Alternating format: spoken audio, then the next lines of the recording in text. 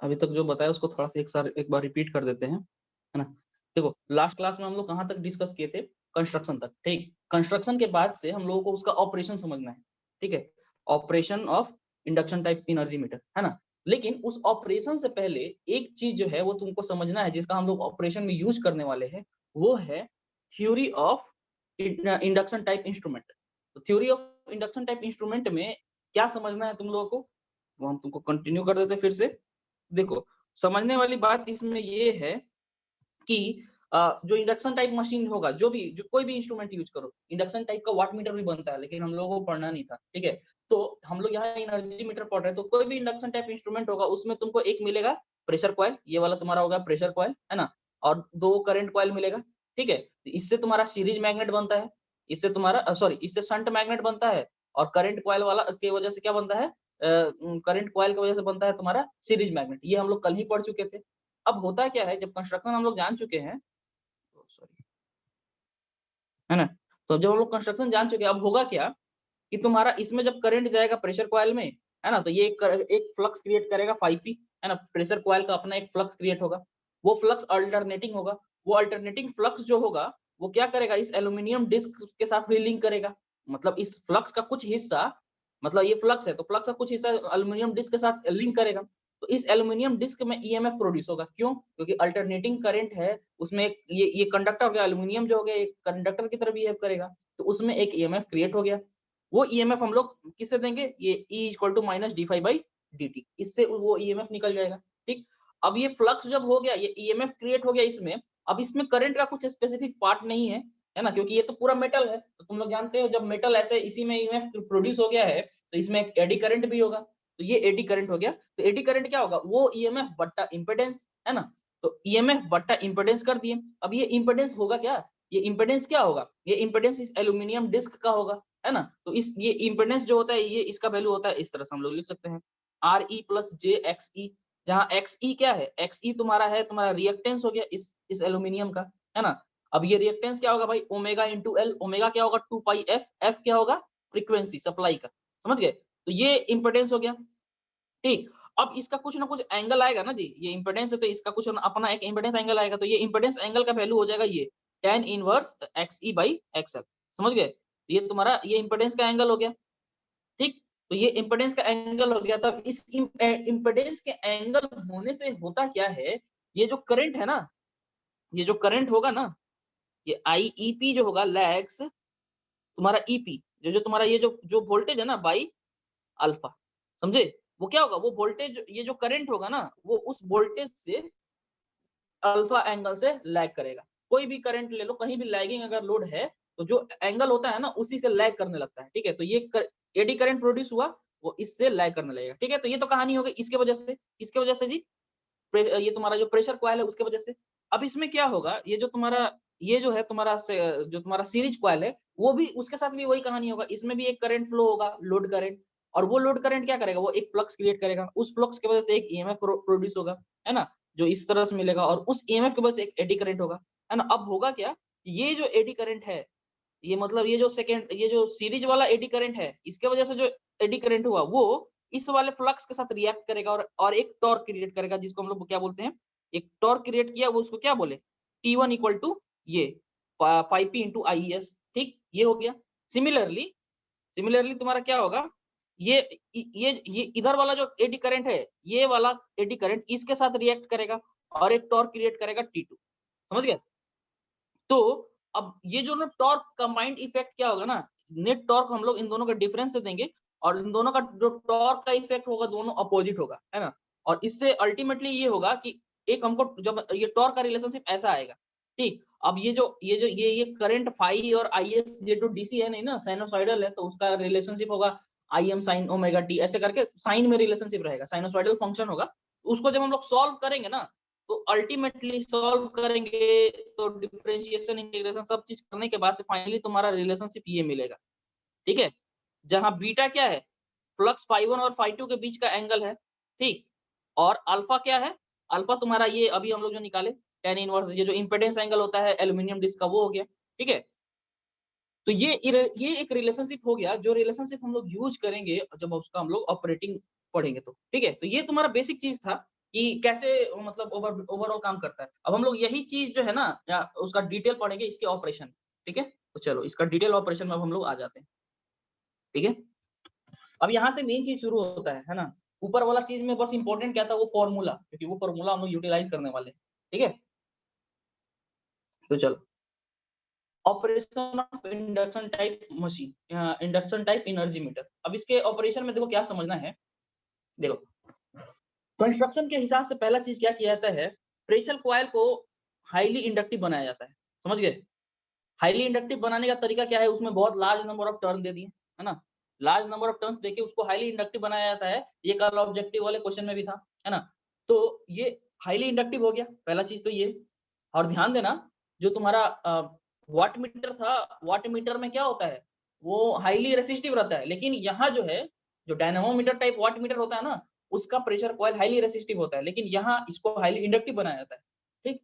इसका रीजन भी तुमको एक्सप्लेन हो जाएगा। देखो, इसका रीजन भी तुमको समझ में आ जाएगा लास्ट में, जब टॉर्क इक्वेशन फाइनली मिलेगा ना, तो वहां तक तुमको क्लियर हो जाएगा कि इसका रीजन क्या है। उसका रीजन जानते हो, सीधा सीधी यही है कि अगर जितना ज्यादा वो 90 डिग्री रहेगा ना, उतना ज्यादा टॉर्क प्रोड्यूस होगा। सीधा सीधी बात ऐसा समझो, है ना। वो तुमको टॉर्क के रिलेशनशिप से क्लियर हो जाएगा, ठीक। अब ये हुआ कि अब देखो, इसके अलावा देखो यहाँ पे जो एयर गैप है ना, ये जितना एयर गैप तुम लोग देख रहे हो बीच में, है ना, तो इस एयर गैप को क्या किया जाता है, स्मॉल रखा जाता है। एयर गैप स्मॉल होगा तो तुम्हारा क्या होगा, जो परमिएबिलिटी है, जो रिलक्टेंस है ना उस पाथ का, वो पाथ का जो रिलक्टेंस है वो तुम्हारा कम होगा, है ना। तो एयर गैप तुम्हारा क्या हो गया, स्मॉल हो गया, ठीक है। वो तुमको यहाँ पे तुम देख लिए, ठीक, ठीक है। तो एयर गैप स्मॉल हो गया, पहला। दूसरा चीज ये, इसलिए अब देखो, अब जो हम लोग जो भी सप्लाई वोल्टेज देंगे वो इस कॉइल के अक्रॉस डायरेक्टली लगेगा।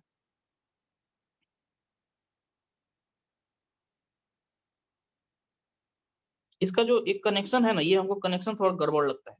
ये कनेक्शन ऐसे होना चाहिए, तब जाके ये जो है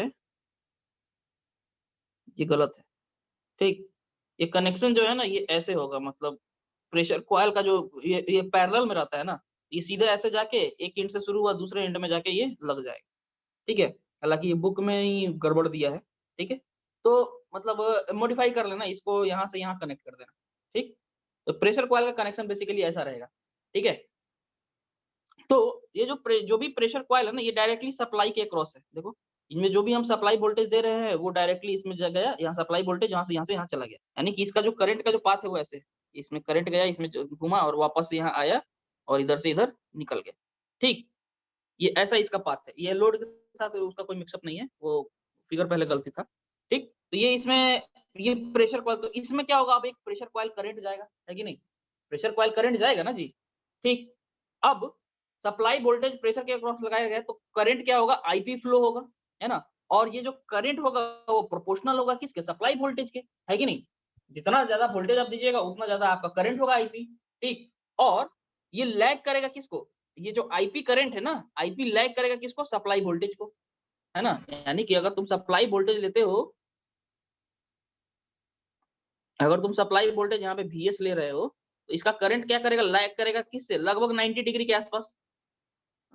एक काम करते हैं, VS हम लोग इधर लेते हैं, इसको मान लेते हैं हम लोग यहाँ पे सप्लाई वोल्टेज लिए, है ना। इसका जो करंट होगा वो ऑलमोस्ट इधर मतलब 90 डिग्री अगर ये है तुम्हारा, है ना, ये लगभग इतने डिग्री के आसपास रहेगा। ये एंगल को हम लोग मान लेते हैं डेल्टा, ठीक है। ये एंगल को क्या मान लिया, डेल्टा। तो जो तुम्हारा अगर VS है इधर, समझ गए, अगर तुम्हारा वोल्टेज VS को लैग, ये समझ गए ना, ये आईपी इसको करेगा, क्या करेगा, लैग। समझ गए, ये कहानी क्लियर है। क्यों लगभग 90 डिग्री होगा, क्यों नहीं, मतलब 90 डिग्री से थोड़ा सा कम होगा।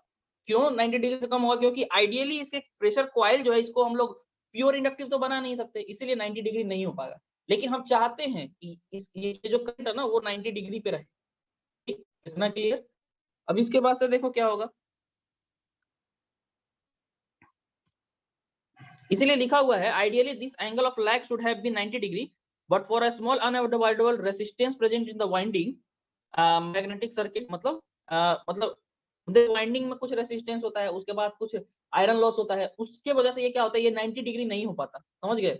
हमारा लेकिन रिक्वायरमेंट क्या था कि ये 90 डिग्री, वही बात यहाँ लिखा हुआ है, ideally this angle of lag should be 90 degree, ठीक है। लेकिन ये है नहीं, ठीक है। तो हम लोग देखेंगे उससे उसका हम लोग कुछ ना कुछ उपाय करते हैं। वो उपाय क्या है? ये जो शेडिंग बार देख रहे हो ना यहाँ पे, हम बताए थे यहाँ पे एक कॉपर का बार या कॉपर रिंग या शेडिंग बार बोलते हैं उसको, वो लगाया जाता है। कहाँ पे देखो, अभी तुम लोग स्क्रीन पे आया नहीं है ना, ये यहाँ पे, ठीक है, दिख गया ना कहाँ पे? ठीक, तो वहां पे वो शेडिंग रिंग लगेगा। ठीक, तो वो किस लिए यूज होता है? ताकि हम इस करंट को इसमें 90 डिग्री लगभग बना सके। ठीक है, तो वो हम लोग देखेंगे बाद में। ठीक है, तो ये हो गया यहाँ तक का बात, और यहाँ का तक का फेजर डायग्राम। इसमें किसी को दिक्कत? यहाँ तक का जो भी बताएं, और यहाँ तक का फेजर डायग्राम, यहाँ तक तो फेजर डायग्राम धीरे धीरे डेवलप होगा और बहुत ज्यादा डेवलप हो जाएगा, है ना? तो यहाँ तक तो दिक्कत नहीं हुआ। देखो ज्यादा लोग तो है नहीं, हम इंडिविजुअल पूछ ही लेते हैं। ममता, साक्षी, अंकित। अच्छा, अंकित रॉय और AK रॉय दोनों अलग अलग व्यक्ति हो क्या तुम लोग? नहीं सर, हम अलग हैं सर, अंकित सर। अच्छा, दोनों अलग अलग हो। Yes sir. अच्छा ठीक है। AK रॉय का full friend? Yes sir. AK Roy तुम्हारा नाम? और अभी कुमार क्या है? यस सर, अभी। अच्छा ठीक है, ठीक है। तो तुम लोग अभी तक तो समझ गए ना? साक्षी, ममता, AK रॉय, अंकित रॉय, है ना? Yes sir. चलो ठीक है। देखो बेसिक आराम से इसको समझना है, ज्यादा लोग तो हो नहीं, तो तुम लोग और कोई भी डाउट हो तुरंत पूछ लेना। ठीक है सर। ठीक है, अब इसमें देखो, अब यहाँ पे इस सर्किट में जैसे ही करंट आ गया है ना, इस सर्किट में, इसमें प्रेशर कॉइल वाले में करंट आया ना, जो तो अब ये फ्लक्स एक क्रिएट करेगा, है ना?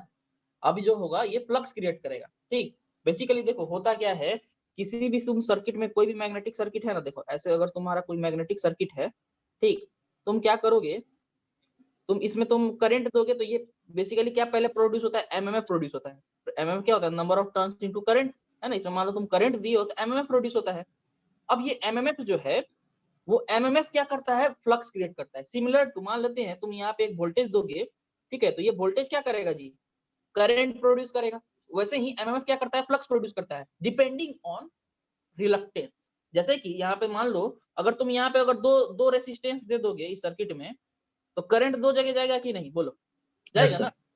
सिमिलरली अगर तुम क्या करो, इसी सर्किट में भी तुम दो रिलक्टेंस दे दो, दो अलग अलग पाथ दे दो मैग्नेटिक फ्लक्स को फ्लो होने का, तो वो भी दो पार्ट में बढ़ जाएगा, है ना? इतना क्लियर है ना सबको? यस तो सर। देखो यहाँ पे भी वही चीज होता है, ध्यान से देखना। अब इसको हम हटा देते हैं, इसको समझने की जरूरत। ठीक, यहाँ पे भी वही होता है, जो इसके द्वारा जो एमएमएफ क्रिएट हुआ, इसके वजह से जो फ्लक्स होगा ना, वो दो पार्ट में बढ़ जाएगा। एक फ्लक्स जो होगा वो सीधा ऐसे चलाएगा, एक जो है तुम्हारा इधर से चलेगा और ये इसके थ्रू चला आएगा, समझे? और वापस ऐसे जाएगा और इसमें ऐसे एक मिल जाएगा, है ना? इसी का जुड़वा भाई इधर से जाएगा, मतलब ये दो पार्ट में है तो दोनों में ऐसे जाएगा। एक फ्लक्स का पाथ ऐसा हो गया, दूसरे फ्लक्स का जो पाथ होगा वो देखो तुम्हारा कैसा होगा, ब्लू से दिखाते हैं। दूसरा फ्लक्स जो जाएगा ना, वो इसमें होके ऐसे ऐसे जाके निकल जाएगा। ठीक, इससे होके ऐसे जाके निकल जाएगा, मतलब इस एयर गैप के थ्रू। मतलब देखो इसको, ये जो एयर गैप के थ्रू जो जा रहा है ना, ये तो इसको बहुत कम रिलक्टेंस मिल रहा है, इसका रेजिस्टेंस कम है, तो यहाँ पे जो फ्लक्स होगा ना, वो उसका वैल्यू ज्यादा होगा। समझ गए? ये जो इसके केसिंग के थ्रू चला जा रहा है ना, उसके थ्रू ज्यादा। तुम ध्यान दो, तुमको जब कंस्ट्रक्शन पढ़ा रहे थे ना, तुमको हम बताए थे एक चीज, देखो ये जो तुम्हारा होता है स्टेटर, ये स्टेटर होता है ना, concentrate and confined magnetic field, है ना? ये जो पाथ होता है ना, इसी के थ्रू ये वो सब फ्लो होता है, समझ गए? है ना? तो यहाँ अभी उसी के थ्रू क्या हो रहा है? फ्लो हो जा रहा है। ठीक, समझ गए? तो एक पाथ ये हो गया एयर गैप वाला, और दूसरा पाथ हो गया ये तुम्हारे किससे? ये सीरीज कॉइल के थ्रू जा रहा है ना? ये क्लियर? फ्लक्स का दोनों पाथ तुम लोगों को क्लियर हो गया? ठीक, यस सर। अब ये एयर गैप वाला पाथ जो होगा, वो जो फ्लक्स होगा उसका वैल्यू ज्यादा होगा। ठीक, लेकिन ये जो तुम्हारा इसके थ्रू जो जा रहा है, उसका वैल्यू थोड़ा कम होगा। ठीक है, सीरीज कॉइल के थ्रू जो जा रहा है उसका वैल्यू थोड़ा कम होगा। उसका खैर वैल्यू कम होने का रीजन यही है कि मतलब एयर गैप यहाँ से ज्यादा है ना, इसका रिलक्टेंस ज्यादा हो जा रहा है। ठीक, यहाँ पे एयर गैप कम है तो रिलक्टेंस कम है। ठीक है, तो ठीक है, यहाँ तक तो क्लियर हो गया। अब हमारे लिए जो काम का जो चीज है ना, जो काम का जो फ्लक्स है, जो टॉर्क क्रिएट करने में मदद करेगा, वो है तुम्हारा ये वाला, ये जो फ्लक्स वाला जो ये जो है ना, हाँ, ये जो तुम्हारा सीरीज के साथ जो गया है ना, ये यहाँ पे ये जो है ना, यही मेरे लिए काम का फ्लक्स है। समझ गए? तो चलो, तो देखो यहाँ पे जो टोटल फ्लक्स क्रिएट हुआ है उसको हम लोग बोलते हैं 5pt। देखो, the current IP produces A flux 5pt, है ना। ये क्या करेगा, करंट जो है वो एक ओवरऑल फ्लक्स प्रोड्यूस करता है 5pt, है ना। तो मतलब पी मतलब प्रेशर कॉइल का फ्लक्स, टी मतलब टोटल, समझ गए। तो ये एक टोटल फ्लक्स तुम्हारा इतना प्रोड्यूस करेगा, that is in same phase as IP. ये जो आईपी है ना, आईपी के साथ इन फेज रहेगा, मतलब यहाँ पे एक फ्लक्स क्रिएट होगा, ठीक है, यहाँ पे एक फ्लक्स होगा, ठीक है, यहाँ पे इसके वजह से एक फ्लक्स होगा, ये 5pt होगा, ठीक। एक तो ये हो गया। This flux is made to divide itself into two part, 5g and 5p, समझ गए। एक एयर गैप के थ्रू चला गया, वो उसको हम लोग बोल दिए 5g, है ना। 5g को हम लोग किससे दिखाए थे, 5g को हम लोग ब्लू से दिखाए थे, ठीक है, 5g वाला ब्लू हो गया, ठीक। और जो तुम्हारा ये वाला जो था वो रेड से था, ये 5p तुम्हारा हो गया, समझ गए। तो 5g और 5p का पाथ तुमको क्लियर हो जाएगा उसमें देख के, ठीक। अब देखो, इसमें लिखा हुआ है the major portion of total pressure coil flux passes through the side gaps, समझ गए। ये फिगर में जैसे तुम्हारा सो गया, मान लेते इसको फिगर ए, है ना, तो इसको हम लोग लिखेंगे इन फिगर ए, ठीक। इस फिगर ए में तुम्हारा दिखाया हुआ है कि ये जो मेजर पोर्शन जो है वो एयर गैप के थ्रू पास कर जा रहा है, ठीक। As reluctance of this path are low due to very small air gap, है ना। इसमें एयर गैप स्मॉल है, इसलिए ज्यादातर जो फ्लक्स है इसी से पास कर गया, ठीक है, कोई बात नहीं। अब क्या होगा, remaining portion of the flux 5p passes through the disc, जो रिमेनिंग पोर्शन होगा ना वो डिस्क के थ्रू पास करेगा। देखो यहाँ पे डिस्क के थ्रू पास किया है, ये चीज हम ऑलरेडी तुमको बता चुके हैं। एंड यही जो होता है रिस्पॉन्सिबल होता है किसके लिए, ड्राइविंग टॉर्क, समझ गए। ये बोले ना, ये 5p जो होता है रेड वाला, वो हमारे लिए किसके लिए इंपॉर्टेंस है, वो टॉर्क को क्रिएट करने में मदद करेगा, ठीक है। अब लेकिन लार्जर रिलक्टेंस होने की वजह से क्या होता है, 5p जो होता है थोड़ा कम होता है, रिलेक्टिविटी होता है। अब सुनो, ये जो तुम्हारा 5p होगा ना, देखो ये जो 5p होगा, ठीक, ये जो तुम्हारा होगा, ये जो करंट ip था ना, ये भी इसी के साथ इन फेज रहेगा, समझे। ये भी तुम्हारा जो 5p है, ये तुम्हारा इसके साथ किसके साथ इन फेज होगा, करंट के साथ। फ्लक्स जो क्रिएट हुआ है ना उसकी वजह से, वो तुम्हारा उसके साथ क्या होगा, इन फेज रहेगा। तो ये 5p इस करंट के साथ तुम्हारा क्या होगा, इन फेज हो गया। इसका मैग्नीट्यूड हालांकि कम है, ठीक। तो हम इसको देखो, फेजर डायग्राम जो है ना वो धीरे धीरे डेवलप होगा, और लास्ट में, क्योंकि देखो एकाएक हम तुमको फेजर डायग्राम बना हुआ दिखा देते तो तुम तो पूरा, तुमको तो रटना पड़ता और कोई ऑप्शन नहीं था। यहाँ पे फेजर डायग्राम धीरे धीरे डेवलप हो रहा है, तो स्टेप बाय स्टेप समझते चलना है कि कैसे कैसे ये डेवलप हो रहा है ना। तो ये 5p हो गया तुम्हारा आईपी के साथ इन फेज, ठीक। इसके बाद से देखो, the flux 5p is proportional to IP, इतना तो क्लियर हो गया। जो भी फ्लक्स होगा उसके वजह से वो तुम्हारा वो करंट के प्रोपोर्शनल होगा, और उसके साथ इन फेज में है, जैसा कि तुम्हारा फेजर डायग्राम में शो किया गया है, ठीक है। फेजर डायग्राम इसको मान लेते हैं फिगर बी, हम लोग फिगर थोड़ा नीचे लिखेंगे, फिगर बी। ये फेजर डायग्राम जो फिगर है बी में, वो वहां पे तुमको शो किया गया, यहाँ पे फिगर बी लिख सकते हो, ठीक। The flux 5p is thus proportional to the supply voltage। देखो ये जो करंट जो था, वो करंट, ये जो तुम्हारा प्रेशर कॉइल में जो करंट आ रहा था वो तो किसके, सप्लाई वोल्टेज के प्रोपोर्शनल था ना। इसका मतलब, और ये फ्लक्स जो है वो उस करंट के प्रोपोर्शनल है। इसका मतलब है ये जो फ्लक्स है वो फ्लक्स किसके प्रोपोर्शनल हो गया, सप्लाई वोल्टेज के, है ना। इतना क्लियर, ठीक है। Yes sir. चलो, इतना जब तुम समझ गए, सर इसमें करंट कॉइल का कोई रोल नहीं है सर। अब आएगा घबरा मत, इसका रोल आएगा। तुमको रोल समझाने के लिए तो हम शुरुआत में ही तुमको सारा कहानी बता दिए, है कि नहीं। करंट कॉइल का फ्लक्स, उसका भी अपना वही कहानी होगा। देखो यही तुम्हारा ट्रेलर था, समझे ना। हम जो पढ़ाने जा रहे थे ना, इसका ट्रेलर हम तुमको शुरू में ही दे दिए थे, ठीक है। सारा फिल्म अब शुरू हो रहा है धीरे धीरे, ठीक है। तो ये रुको, ठीक है ना, सब आएगा, आराम से समझो, ठीक है। अब तुम्हारा क्या हुआ, देखो, the flux is thus proportional to supply voltage and it lags it by angle delta which is only a few degree less than 90 degree. देखो ये जो एंगल है ना, ये डेल्टा जो शो किया हुआ है, इसको हम यहाँ पे जो डेल्टा लिखे हैं ना, इसको हम लोग ऐसे लिख देते हैं। हम जो अपना फिगर में इसको डेल्टा ऐसे शो किए हैं, ठीक है ना, ठीक है। तो ये एंगल डेल्टा, ये इंपॉर्टेंट है, इसको ध्यान में रखना है। एंगल डेल्टा कहाँ पे शो किया गया है, यहाँ पे, है ना। तो ये एंगल जो डेल्टा है वो 90 डिग्री से थोड़ा सा ही कम है। आइडियली हमको चाहिए था 90 डिग्री, लेकिन वो 90 डिग्री से थोड़ा सा कम हुआ, ठीक है। वो हम लोग देखेंगे उसका के लिए क्या जुगाड़ करते हैं।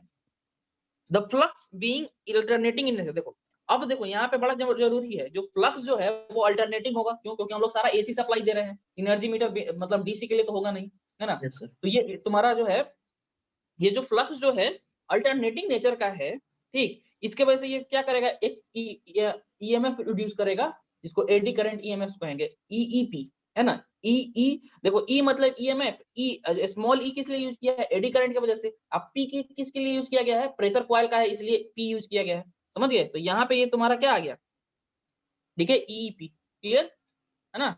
yes sir. Which in turns produces eddy current I, है ना। अब ये इसके वजह से ये तुम्हारा क्या होगा, एडी करंट प्रोड्यूस होगा, इसको हम लोग आईईपी बोल सकते हैं, ठीक है। एडी करंट जो प्रोड्यूस हुआ इसको हम लोग आईईपी बोल सकते हैं ना, ठीक है। तो ये एडी करंट तुम्हारा अल्टीमेटली ये प्रोड्यूस करेगा, ये आईईपी तुम लोगों को दिख गया, ठीक। Depending on impedance angle beta of the aluminium disc, यहाँ पे इंपेडेंस एंगल जो बीटा लिया है ना, इसको हम बीटा ना लेके हम लोग क्या लिए हैं, इसको शुरुआत में हम तुमको अल्फा बताए थे, इस इंपेडेंस एंगल को बीटा ना बता के हम क्या बताए थे, अल्फा बताए थे, है ना। शुरुआत में देखो हम अल्फा बताए थे ना, यहाँ पे अल्फा बताया था ना, ये अल्फा तुम्हारा क्या हो गया, इंपेडेंस एंगल है ना, ये तुम्हारा इंपेडेंस एंगल,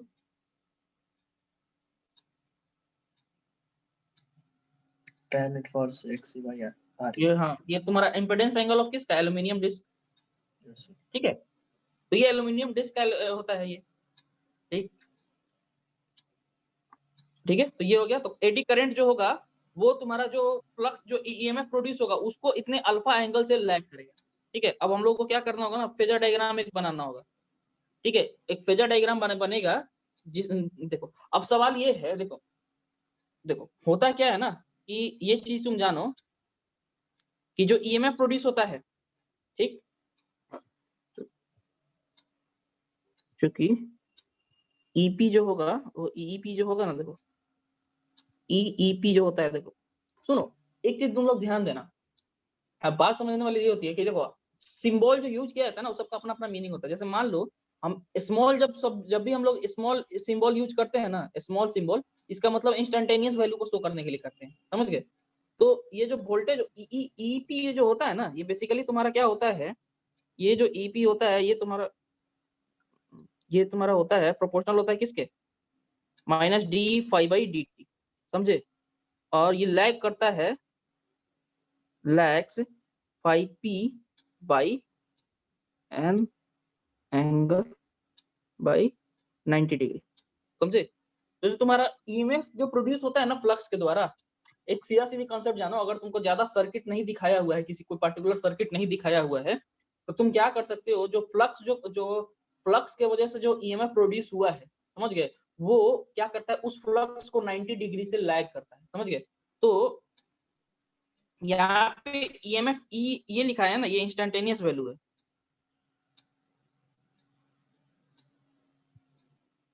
ठीक। और जो ईपी जो है ये क्या है, आरएमएस वैल्यू है, समझ गए ना। जो कैपिटल में हम लोग जो ये भी क्या है, ये आरएमएस वैल्यू है,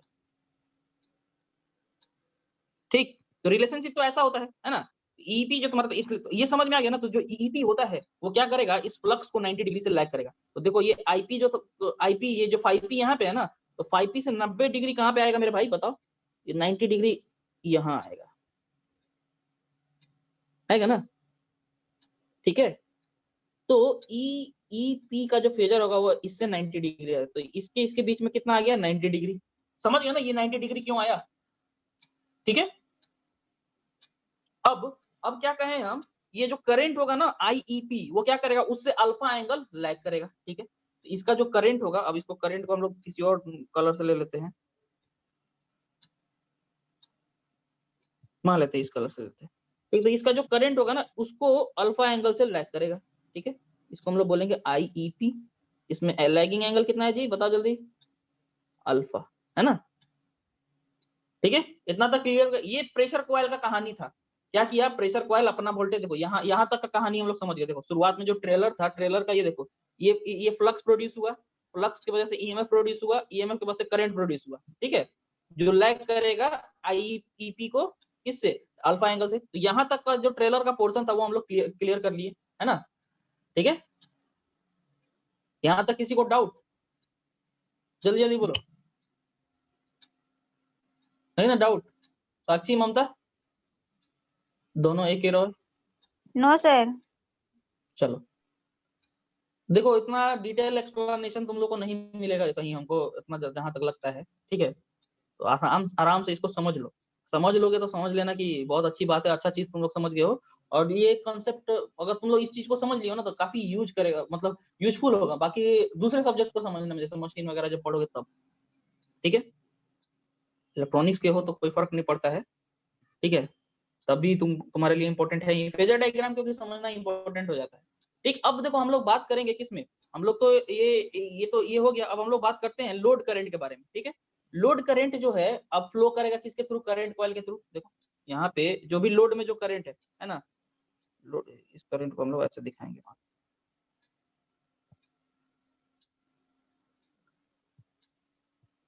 ये देखो लोड में जो भी करंट है ना वो इधर से इधर होके इससे होके ऐसे फ्लो होके जाएगा, है कि ना। ये लोड में करंट होके जाएगा, समझ गए। तो लोड करंट जो है वो करंट कॉइल से होके जाएगा, है ना, ठीक है। तो देखो, हाँ, load current flows through series magnet coil and produces flux phi S. अब लोड करंट उसके थ्रू प्रोड्यूस जाएगा तो वो क्या क्रिएट करेगा जी, फाई एस फ्लक्स प्रोड्यूस करेगा, ठीक है। फाई एस मतलब सीरीज फ्लक्स बोल दिए, ठीक, ये क्लियर हुआ ना। सीरीज फ्लक्स क्रिएट किया, लोड करंट आई फ्लो कर रहा है सीरीज मैग्नेट के थ्रू, तो तुम्हारा वो फाई एस फ्लक्स प्रोड्यूस किया, इतना क्लियर, ठीक। अब देखो ये फ्लक्स जो है वो किसके, लोड करंट के प्रोपोर्शनल होगा, है ना। और उसके साथ इन फेज होगा, फ्लक्स जो होता है करंट के साथ इन फेज रहता है, ठीक है, इतना दिमाग में रखना है। अब ये भी फ्लक्स क्या करेगा, ईएमएफ इंड्यूस करेगा, ईईएस। ये कौन सा ईएमएफ प्रोड्यूस किया, ईईएस। और उसके वजह से एक करंट होगा आईईएस, ठीक है, यहां तक तो क्लियर। अब वो भी क्या करेगा, अब देखो वो भी, ये भी करंट जो है इस आईईएस को क्या करेगा, अल्फा एंगल से लैग करेगा। ये जो एंगल है वो क्या है, बीटा नहीं है, हम लोग कौन सा लिए एंगल, अल्फा लिए भाई, अल्फा। एंगल अल्फा, ठीक है। ये अल्फा एंगल से लैग करेगा। नाउ एडी करंट जो होगा, अब देखो, अब हम बता, अब हाँ, दोनों अपना अपना फ्लक्स क्रिएट कर लिया, दोनों अपना अपना एडी करंट कर दिया। अब ये क्या करेगा, दोनों लड़ेगा, समझा। यहाँ से देखो ट्रेलर में हम जो बताए थे, इसका इसका एडी करंट इसके वाले फ्लक्स के साथ, है ना, और रिएक्ट इसका वाला करेगा। एडी करंट इसके वाले साथ, दोनों रिएक्ट होगा और आपस में इंडिविजुअल टॉर्क क्रिएट करेगा। और दोनों का जो टॉर्क का होगा, एक डिफरेंस जो होगा वो नेट टॉर्क क्रिएट करेगा। यही कहानी होता है इसमें, है ना। तो यहाँ पे भी वही चीज लिखेंगे हम लोग। देखो देखो, so now the eddy current IES interacts with flux phi p to produce a torque and the eddy current IEP interacts with phi s to produce another torque, है ना, यहाँ तक क्लियर सबको, ठीक। the torque are in opposite direction and the resultant torque is the difference of as shown in figure। हटा दो, figure में दिखा, बात खत्म, डायरेक्शन दिखाने की जरूरत नहीं है, ठीक है ना।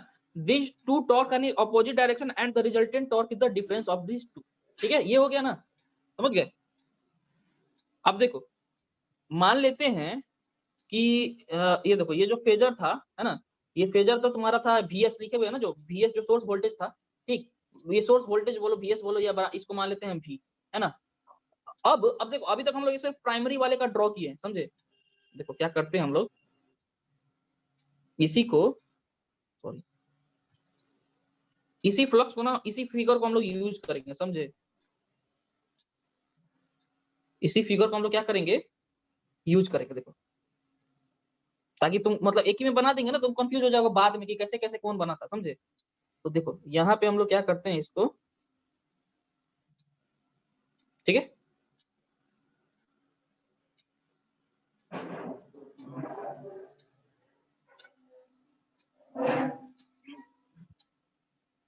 सर VS जो है सप्लाई करंट है ना। VS, हाँ, सप्लाई सप्लाई वोल्टेज, है ना। VS तुम्हारा सप्लाई वोल्टेज हो गया, ठीक है। अब देखो यहाँ तक तो तुम लोग समझ गए थे। अब देखो अब होगा क्या, जो लोड करंट है, देखो हम लोग यहाँ पे देखो क्या एज्यूम कर रहे हैं, ये जो है तुम्हारा, देखो हम लोग एजम्पशन क्या रखे हैं, VS जो तुम्हारा है वो क्या है, देखो हम लोग यहाँ पे एज्यूम किए हुए हैं, VS जो है वो अप्लाइड वोल्टेज है, ठीक है ना। I जो है वो लोड करंट है, I हम लोग दिखाए थे कि लोड करंट है। फाई जो है load, phase angle of load. देखो लोड तुम करेक्ट किए हो तो लोड का भी तो कुछ अपना अपना एंगल होगा ना, तो लोड का एंगल जो है वो फाई है, तो तुम्हारा जो आई होगा वो वोल्टेज को क्या करेगा, किसी को फाई एंगल से लैग करेगा। तो मान लेते हैं, देखो अब इस सर्किट में हमको फाई दिखाना पड़ेगा, है ना। चलो हम इसको रेड से शुरू करते हैं, ठीक। तो इसमें मान लेते हैं जो करंट है वो इससे, इस वोल्टेज से फाई एंगल से लैग कर रहा था, ठीक। ये एंगल कितना हो गया फाई, और ये हम इसको क्या देख लिए लोड करंट है ना, ये लोड करंट। ये जो भी हम लोग लिए ना ये सब आरएमएस वैल्यू है, समझ गए ना। ये सारा यस फेजर में हम लोग आरएमएस वैल्यू शो करते हैं, ठीक है, इंस्टेंटेनियस नहीं है, ठीक। तो आईपी तुम्हारा प्रेशर कॉइल करंट हो गया, इसमें तो तुमको दिख रहा है। डेल्टा तुम्हारा angle between supply voltage and pressure coil flux, ये भी तुमको क्लियर हो गया डेल्टा, ठीक। Z impedance of eddy current path, जो जेड होता है वो इंपेडेंस होता है एडी करंट पाथ का। और अल्फा क्या होगा phase angle of eddy current path है ना, alpha is equal to tan इनवर्स x xe by XC by X R RE, हाँ ऐसे लिख सकते हो, ठीक। yes EEP eddy current EMF due to flux phi p, ये क्लियर हो गया है ना। IEP eddy current due to flux, ये भी क्लियर हो गया। अब देखो, अब ये जो लोड करंट होगा, अब इसमें हम लोग क्या बोले, इस लोड करंट के साथ इस इन फेज में होगा phi s कि नहीं, होगा ना, बोलो। इस लोड के अभी दिखा नहीं तुम लोग को, दिख जाएगा,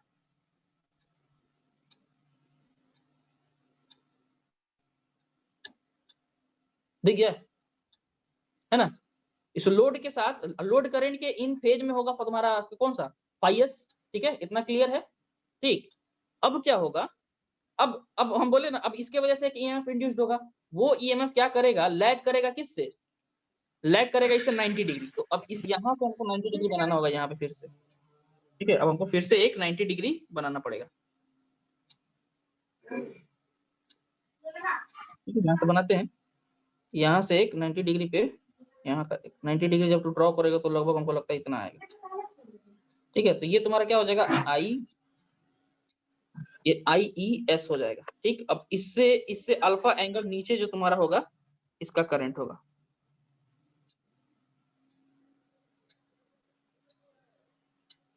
IES, ये हो गया तुम्हारा अल्फा एंगल, ठीक है। ये समझ गया ना, यहाँ से ये भी एंगल कितना है 90 डिग्री। तो ये फेजर डायग्राम अब तुम्हारा हो गया कंप्लीट, समझ गए। इसमें तुमको Yes, sir. सेकेंडरी करंट भी दिख गया, इसमें तुमको प्राइमरी मतलब एडी करंट वाला ये दिख गया ना, ठीक है। तो अब देखो, अब इसमें हम लोग लिख सकते हैं यहाँ पे जो डिफ्लेक्टिंग टॉर्क होगा, सर टॉर्क वाला इक्वेशन समझ में नहीं आया। टॉर्क का इक्वेशन हम तुमको प्रूफ कराए ही नहीं, समझे। टॉर्क का इक्वेशन प्रूफ करने के लिए हमको अलग से टाइम देना पड़ेगा, समझिए ना। देखो टॉर्क का इक्वेशन तुमको अगर देखो प्रूफ समझना है तो देखो ऐसे समझो, देखो तुमको हम बताते हैं कैसे। टॉर्क का तुम प्रूफ जब ढूंढ रहे हो ना, तुमको देखो हम बता देते हैं। देखो यहाँ पे जो हम लोग यहाँ पे इसमें टॉर्क बोले ना, ये रिलेशनशिप ध्यान दो, फाइव पी माइनस फाइव, ये इतना दिखा ना तुमको, है ना। तो देखो ये जो टॉर्क का जो प्रूफ आएगा वो ऐसे आएगा, हमारा जो फाइव पी होता है वो तुम्हारा ऐसे होता है, five M sine omega T, ठीक। और जो तुम्हारा फाइव एस होता है वो तुम्हारा हो जाएगा फाइव साइन ओमेगा टी। देखो माइनस, देखो इन दोनों के बीच का एंगल कितना है, यहाँ पे देखो तुमको दिख जाएगा, फाइव पी और फाइव एस में तुम्हारा एंगल जो है तुम्हारा कितना है, डेल्टा माइनस 90 डिग्री, इन दोनों के बीच का एंगल, ठीक है। मान लेते हैं इन दोनों के बीच का एंगल है, हाँ इसको ये मान लेते हैं ओमेगा टी माइनस बीटा, यहाँ पे इसको माना है बीटा, है ना, समझे। फाइव एस और फाइव पी के बीच का एंगल है बीटा, ठीक। अब तुम्हारा इसके वजह से तुम्हारा क्या होगा, अब तुम्हारा IES निकालो, ES निकालोगे इसको डिफरेंशिएट करके, minus D five P, IEP जो तुम्हारा निकलेगा d5 बाई dt करके निकलेगा, फिर IES जो EES निकलेगा वो तुम्हारा निकलेगा माइनस d5s बटा dt, ऐसे निकलेगा, ठीक। फिर इससे तुम क्या करोगे, I निकालोगे, IEP निकालोगे, वो तुम्हारा क्या हो जाएगा BEP बटा Z, और यहाँ पे ये क्या हो जाएगा IES निकालोगे तो वो तुम्हारा होगा EES बटा Z। जब इसको तुम सॉल्व करोगे ना तो ये इसका अपना साइनसॉइडल इक्वेशन आएगा, है ना। इन दोनों साइनसॉइडल इक्वेशन को जब तुम सॉल्व करोगे तो तुम्हारा एक रिलेशनशिप मिलेगा। तुम एक काम करो, तुमको हम दिखाते हैं, बुक में तुमको चीजें दिख जाएंगी, है ना, तो शायद तुमको कॉन्सेप्ट क्लियर होता है। देखो ऐसे तुम यहाँ पे बुक देखो, समझे। देखो यहाँ पे हम लोग यहाँ पे साइनसॉइडल लिए, इन दोनों के बीच में एक एंगल था, इस एंगल को हम लोग यहाँ पे मतलब हम लोग जो माने हैं उसको हम लोग बीटा माने हैं, है ना, इसको हम लोग बीटा माने हैं, ठीक। यहाँ से इसको डिफरेंशिएट करेंगे तो एक ईएमएफ निकला, हाँ, दूसरे वाले को डिफरेंशिएट करेंगे तो ऐसे ईएमएफ निकलेगा। अब पहले वाले की वजह से तुम्हारा करंट तुम्हारा ऐसा हो जाएगा, जब डिफरेंशिएट करेंगे तो इसमें ओमेगा आ जाएगा और बट्टा जेड आ जाएगा। बोलो, यस सर, डिवाइड करेंगे तो ओमेगा और ये बट्टा आ जाएगा, फिर यहाँ पे भी ओमेगा और बट्टा आ गया ना, ओमेगा इक्वल टू 2 पाई, है ना। तो ऐसे हो गया। अब तुम्हारा जो टॉर्क होगा ये इन दोनों का मल्टीप्लीकेशन होगा, समझे। तो जब इन दोनों को मल्टीप्लाई करें, देखो इस तरह से हमको एक रिलेशनशिप मिलेगा। देखो इसको जब मल्टीप्लाई करेंगे तो ये वाला चीज हमारे साथ सामने आ जाएगा, है ना। उसके अंदर में ये वाला रिलेशनशिप बनेगा। जब इसको हम लोग सिंप्लीफाई करते हुए जाएंगे ना, तो फाइनली हमको ये मिलेगा साइन अल्फा साइन बीटा, समझे। यस सर, फाइनली हमको ये मिलेगा, उसके साथ ये आ जाएगा। अब ओमेगा को तुम 2 पाई एफ भी लिख सकते हो, है ना। तो तुम टीडी को ऐसे भी लिख सकते हो। टीडी जो तुम्हारा प्रोपोर्शनल हो जाएगा किसके, प्रोपोर्शनल तुम्हारा हो गया फाई 1 फाई 2 बटा जेड इंटू एफ फ्रीक्वेंसी, है ना, sine sir. Alpha sine beta. ठीक है, तो तुम यही चीज है वहां पे, और कुछ है नहीं, समझे ना। यस यही सर, चीज हम दिए हुए हैं, तो ये बुक में दिया हुआ है। ठीक, तो हम उसको उतना डिटेल उसमें गए नहीं है, तो समझे ना, क्योंकि लिमिटेड टाइम में हमको ज्यादा चीज बताना है, तो हम उतना सब चीज को एक्सप्लेन नहीं कर सकते। ठीक है, तुम पूछे हो इसलिए उसको हम बता दिए कि ऐसे रिलेशनशिप को आता है। ठीक, कैलकुलेशन है, तरीका जो है वो हम तुमको बता दिए, समझ गए ना, तरीका हम तुमको बता दिए। ठीक है, तो वही तुम्हारा अल्टीमेटली जो तुम्हारा ड्राइविंग टॉर्क इज गिवन है, ये टीडी इक्वल टू इतना, है ना। जहां पे k1 एक कांस्टेंट, देखो ये प्रोपोर्शनलिटी को हटाने के लिए हम एक कांस्टेंट डाल दिए, जहां k1 हो गया, है ना। तो k1 जहां पे एक कांस्टेंट है, बाकी तुम्हारा फेज एंगल फाई 1 और फाई 2 है। हमारे जो केस है, जो हमारा जो यहाँ पे केस है ना, देखो in our case phi P, है ना, यानी कि फाई 1 जो तुम्हारा हो गया, देखो हमारे केस में क्या है, फाई 1 जो तुम्हारा है ये फाई 1 हो गया, और ये तुम्हारा फाई 2 हो गया, है ना। तो हमारा केस में जो फाई 1 है वो फाई पी हो गया, और फाई 2 तुम्हारा फाई एस हो गया, और बीटा तुम्हारा दोनों के बीच में है phi P and phi S. Phasor diagram तो देखो, फ्रॉम फेजर डायग्राम,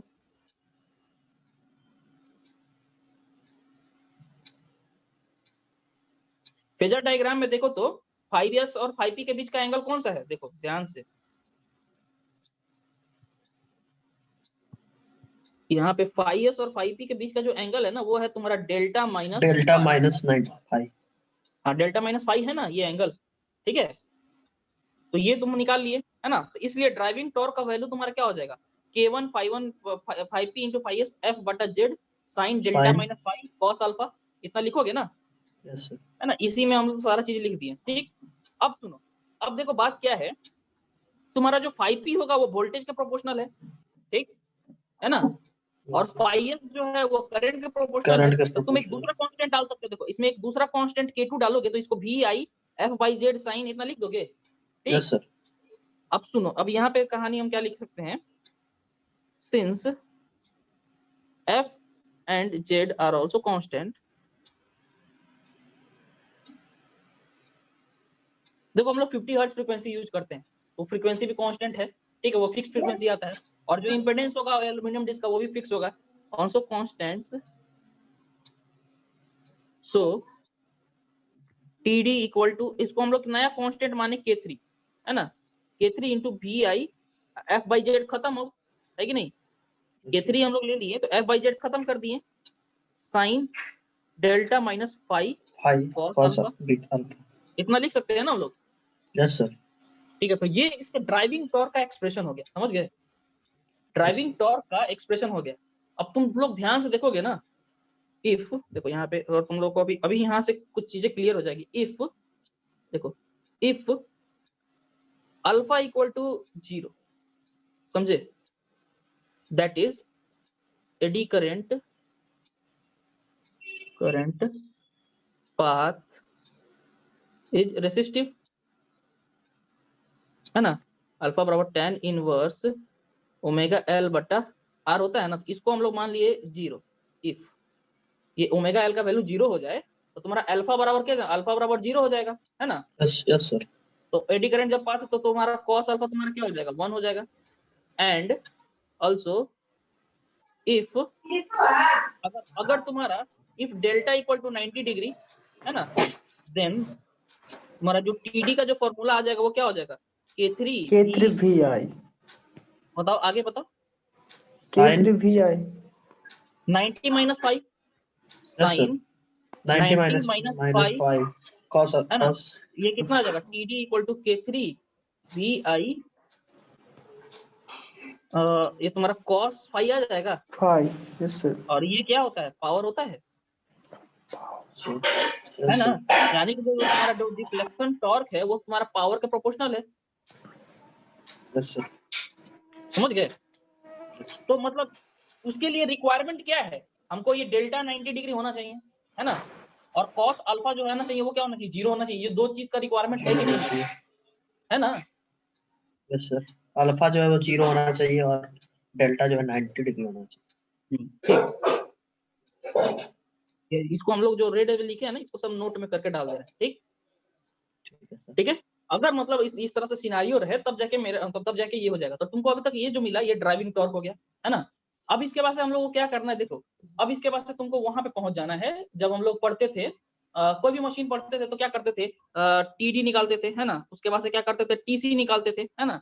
टीडी बराबर टीसी कर देते थे स्टेडी स्टेट कंडीशन में, कंट्रोलिंग टॉर्क। तब जाके ना वो क्या होता था कि मतलब रुक जाता था। लेकिन इस इंस्ट्रूमेंट में क्या होता है कि हमको क्या करता है, ब्रेकिंग टॉर्क होता है ना। तो ब्रेकिंग टॉर्क तुम्हारा अगर ड्राइविंग टॉर्क के बराबर हो जाएगा तो तुम्हारा जो रोटेशन होगा ना वो कांस्टेंट स्पीड से होगा, है कि नहीं। रोटेशन तुम्हारा वो कांस्टेंट स्पीड से होगा कि नहीं। हम बताए थे ये चीज कि ब्रेकिंग टॉर्क यूज होता है, ब्रेकिंग जो टॉर्क होगा वो क्या करता है, इसकी स्पीड को फिक्स स्पीड से तुमको घुमाते रहता है, ठीक है। मतलब स्पीड एक्चुअली इसका तुम्हारा अगर मान लो कि पावर ज्यादा तुम दे रहे हो मतलब तो स्पीड भी इसका ज्यादा होगा, ये हम बात कल बताए थे ना, ठीक है। तो ब्रेकिंग टॉर्क ही उसको स्टेडी स्टेट स्पीड से घुमाता है, ठीक। Yes, sir. तो इसका एक्सप्रेशन तो हमको मिल गया, ये एक्सप्रेशन इंपॉर्टेंट है, ठीक है। ये एक्सप्रेशन जो है वो इंपॉर्टेंट है,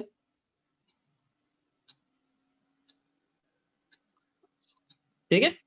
ये एक्सप्रेशन हो गया। अब हमको क्या चाहिए, ब्रेकिंग टॉर्क का एक्सप्रेशन चाहिए, है कि नहीं। ब्रेकिंग टॉर्क का हमको एक्सप्रेशन चाहिए, ठीक है। तो ब्रेकिंग टॉर्क का जो एक्सप्रेशन होता है इतना तो हम आ गया ना, इसको उठाएंगे ब्रेकिंग टॉर्क वाला।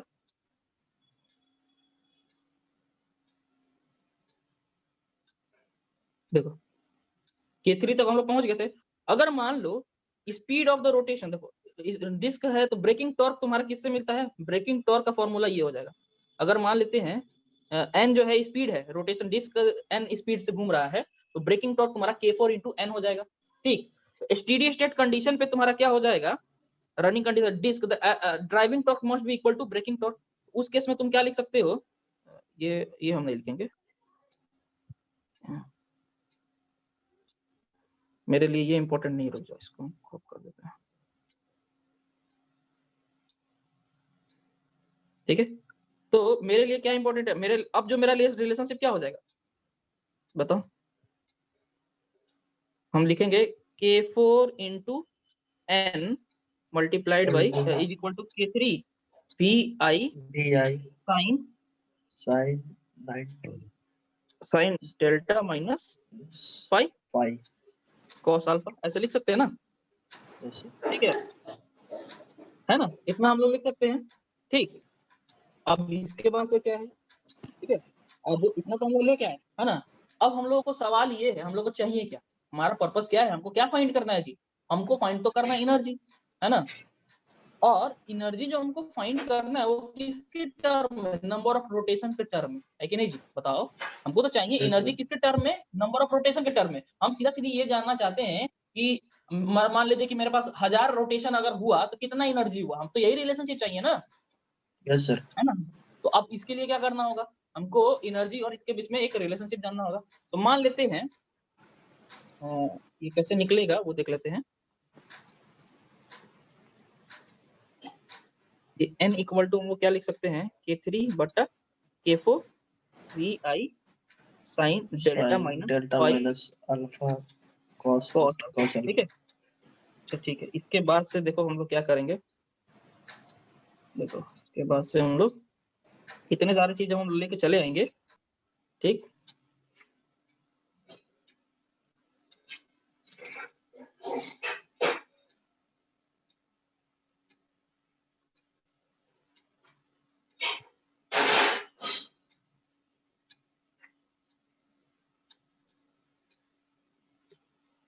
इसमें देखो क्या किया गया है, देखो यहाँ पे एक एक करेक्शन हम कर देते हैं। देखो यहाँ पे क्या किया जाता है, ये जो z है ना, यहाँ पे f और z को हम लोग कांस्टेंट माने है ना जी, K3 सर। है ना।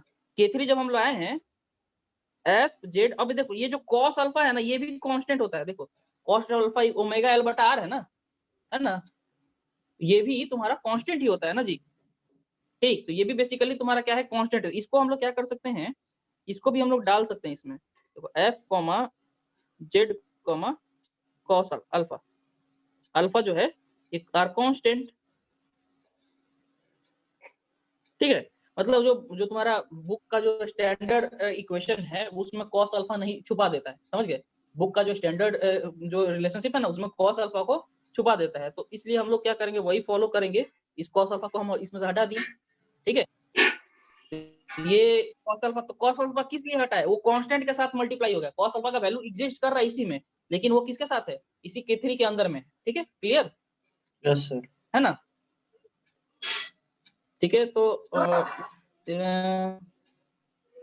चलो, तो इसको cos अल्फा हमारा रहे भी उसमें, अब भी हम इसको हटा सकते, इसको हम लोग हटा देते हैं, ठीक है। मान लेते हैं वो है भी, ठीक।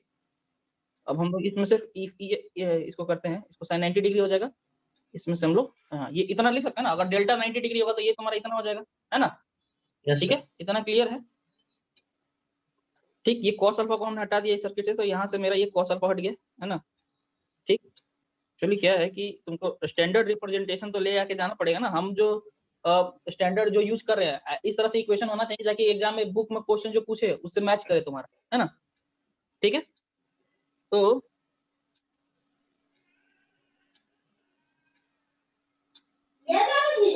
ठीक, तो हमको अभी तक क्या मिल गया, n के लिए रिलेशनशिप मिल गया, है ना। ये भी इंपॉर्टेंट है, समझ गए। ठीक, ये यस। n के लिए रिलेशनशिप हो गया, ठीक है।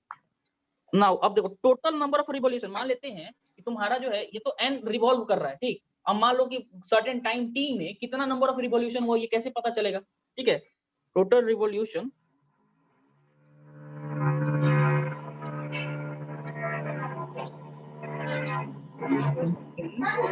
गिवन टाइम,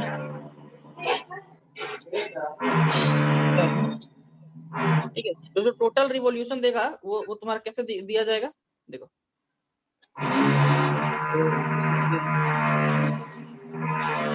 लोग इसको यूज कर लेते हैं। तो हम लोग क्या करते हैं, यूज कर लेते हैं सीधा सीधी, ज्यादा टेंशन ना लेने का।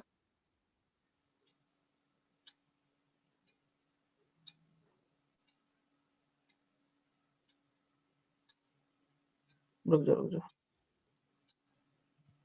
हम लोग यहाँ से इसको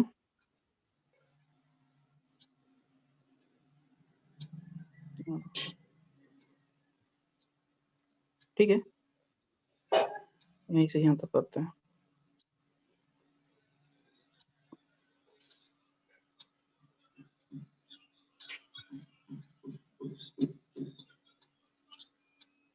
ठीक,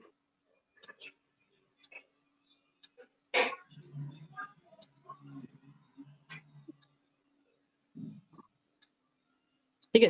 टोटल नंबर ऑफ रिवॉल्यूशन क्या होगा, उस n को तुम इंटीग्रेट कर दो उस टाइम पीरियड के लिए, ठीक है। तो तुमको टोटल नंबर ऑफ रिवॉल्यूशन मिल जाएगा। इसका मतलब है टोटल नंबर ऑफ रिवॉल्यूशन तुम्हारा इस तरह से ये रिलेशनशिप हो जाएगा, bi sin 90, मतलब इस तरह से इंटीग्रेशन होगा ना, n के जगह पे हम लोग डाल दिए, इसको हम लोग मान लिए क्या, इसको हम लोग मान लिए k, है ना। ये जो k होता है ना, ये स्पेशल ऑफ कांस्टेंट हो जाता है, मीटर कांस्टेंट के टर्म में हम लोग इसको यूज करते हैं, ठीक है। तो ये k हो गया, ठीक। तो ये अगर मान लो ये डेल्टा 90 डिग्री है तो टोटल नंबर ऑफ रिवॉल्यूशन क्या हो जाएगा, इतना k into power into dt। अब k into power into energy है कि नहीं, तो तुम्हारा yes total sir. Number of revolution ये एनर्जी के टर्म में तुमको निकल जाएगी कि नहीं, है ना। इसलिए तो टोटल नंबर ऑफ रिवॉल्यूशन क्या आ गया, k इंटू एनर्जी, ठीक है। समझ गए ना। तो ये तुम्हारा रिलेशनशिप अभी तक का हम लोग यहाँ तक डील करते हैं, ठीक है। तो हमको यही चाहिए था, समझे ना। हमको यस यहाँ सर। तक यही मेन रिलेशनशिप था जो इम्पोर्टेंट था। इसके बाद से तो सारा चीज इजी हो जाएगा, समझे। इसके बाद से क्या होगा, सारा चीज इजी हो जाएगा, ठीक है। यहाँ पे हम एक कंक्लूजन कंक्लूजन क्या ऐड कर सकते हैं, कंक्लूजन हम लोग ये ऐड कर सकते हैं